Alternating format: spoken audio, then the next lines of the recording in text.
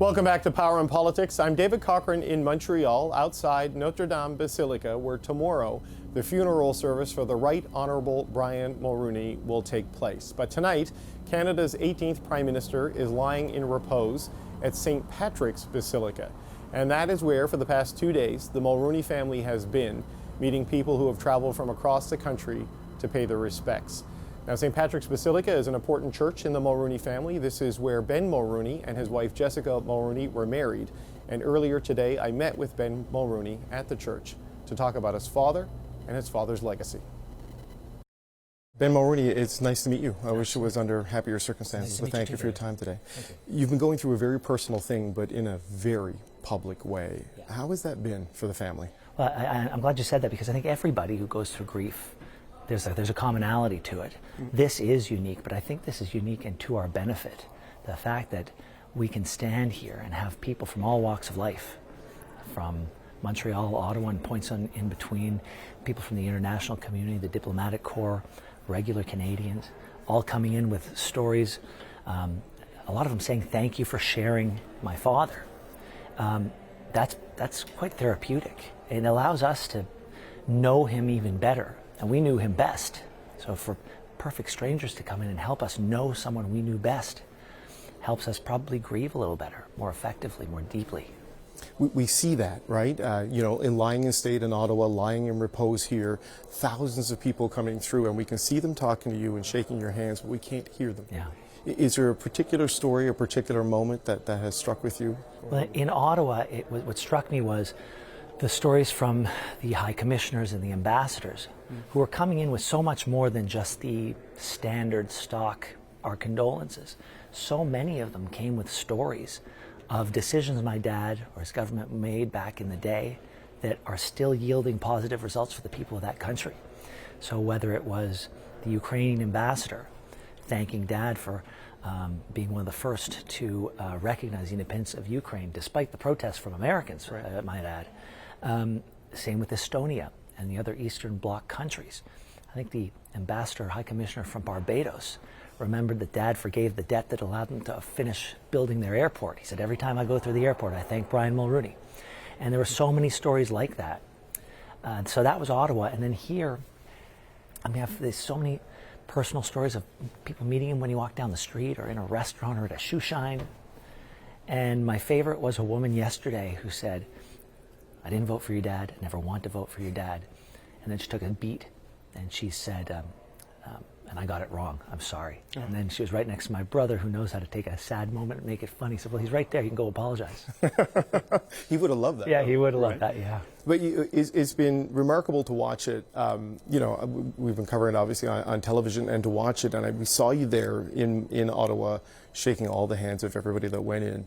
And then hours later, I looked at the television screen and you were all still there. I said, that can't be live. Just hours and hours and hours, a sense of duty to meet the moment. Well, I think originally there was a plan for us to do things in shifts, and obviously you can see right now that's where we all have different things that we're taking care of. But while we were there and here for the last 3 days, to chalk it up to my mother, who said, if these people are going to brave the cold, if they're going to take time out of their lives to come see Dad, we're going to be here to meet them. And so we said, all right, so right next to her, you're going to find us. And there was no hard decision or conversation about it. It was this is what they deserve that. They deserve our respect because they're coming to pay theirs. How is she holding up in all of this? The 5 decades together. How is she? I have to assume I'm experiencing my own version of loss. She's experiencing something even, I think, greater. But she's tough. She comes from good Serbian stock. And so look, my dad would be the first to say that he accomplished very little in life without her. He would have been the most successful senior partner at his law firm were it not for her. She was the one that took him to the place where he always wanted to go. And so, which means we wouldn't be doing this here today without her. She is the toughest woman I know. She is the smartest woman I know. She brings us together. She's the heart and soul of the family. I think that I think we're busy enough right now that the sorrow doesn't permeate everything. And we also have 16 grandkids here right now, Yeah. so the noise drowns out the sadness. That'll come later. Yeah, there's a propulsion and a momentum to the ritual that carries you through all of this. She's going to, I think when we lay him to rest, and she has some time to be alone, that it might be in that moment. But I think in that moment we'll all be in the next phase of this. It's a moment of reflection, and as we've learned since news of your father's death emerged, it's also been a period of reconciliation. Lucien Bouchard was here yesterday, and I remember being on the air on January 29th, or February 29th, excuse me, and people thought that is a moment that never would have happened. How important was for your father to have that reconciliation near the end? Well, I think the stories of his kindness are myriad, and there are a lot of people who were let back into his good graces, who, I don't know, maybe didn't deserve it or didn't deserve it as quickly as he let them in, but that's who he was. With Lucien Bouchard, I think that was a different kind of hurt, and I think they both felt it was so great that they might not be able to overcome it. And I think it was a unique pain in his life. And so for him to be able to have repaired that relationship, and repaired it completely, I might add, even though it was late, and I'm sure they would both have regrets that it happened too late, but they did it. They did it, and it was one less thing for him to carry. And he was carrying a lot near the end, so I'm sure that lightened his load, and that made him, probably completed him in a lot of ways. When we look back, as we have over his public life, his time in politics, when you're in politics, what people say about you can often be quite mean and quite cruel.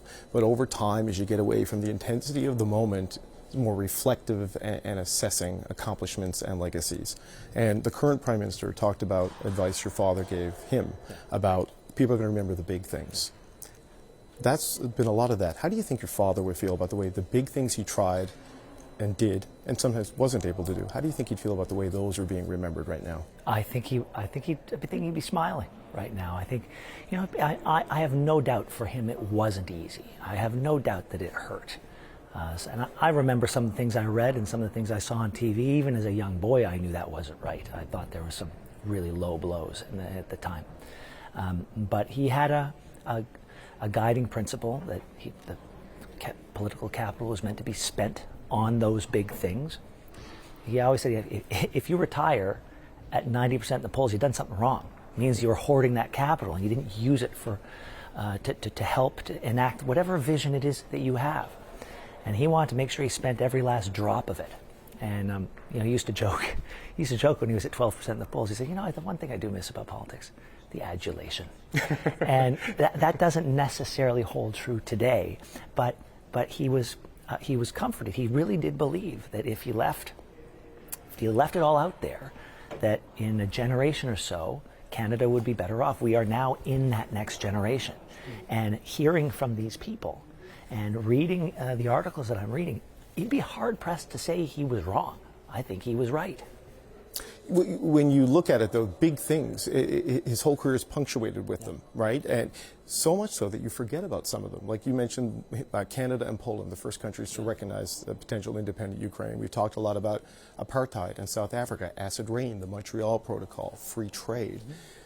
Is there one thing that you think he was most proud of in his time in public life? Well, I think his fight against apartheid really stands out. His aid in the Ethiopian famine. The Peter Milgaard case was one that really stands out. Somebody said a couple of days ago, and I think this is why I'll double back to what we were just talking about.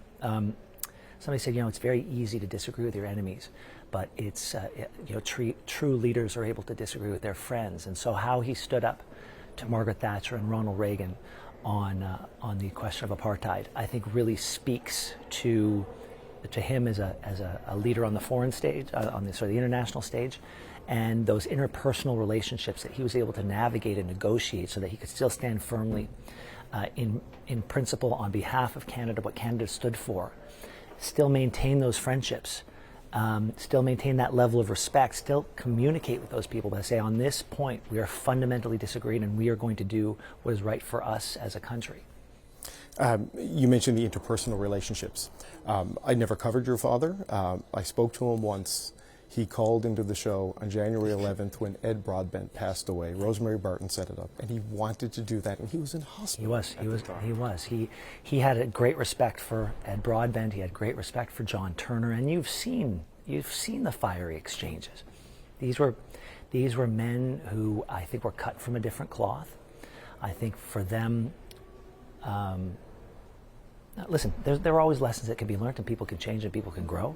I do hope that there's a certain type of politician today who would appreciate that you can disagree fiercely, vehemently, passionately, but still have respect at the end of the day. Still have respect for that person that you were fighting against.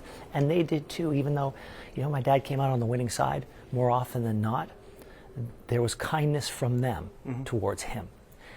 There was no animosity, and there was no venom.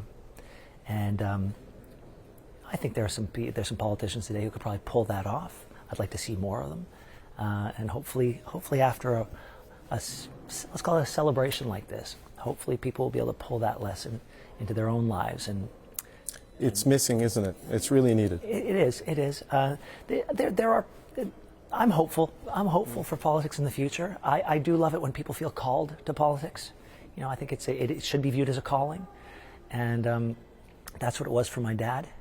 He certainly didn't do it for the paycheck. He did it because he had a vision for Canada, and I hope more people view it as a calling and take it as seriously as he did.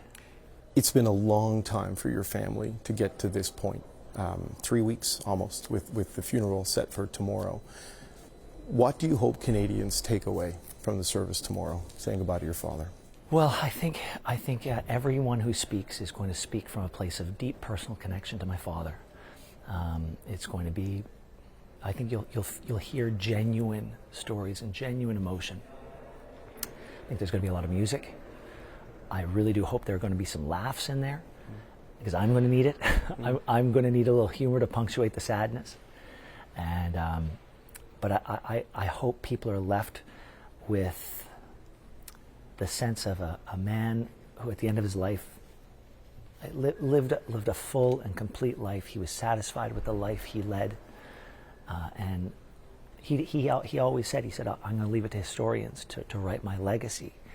And I hope tomorrow people get a sense of what that legacy is, especially when they see his 16 grandkids, because for him that was probably the most important thing that he ever did in his life.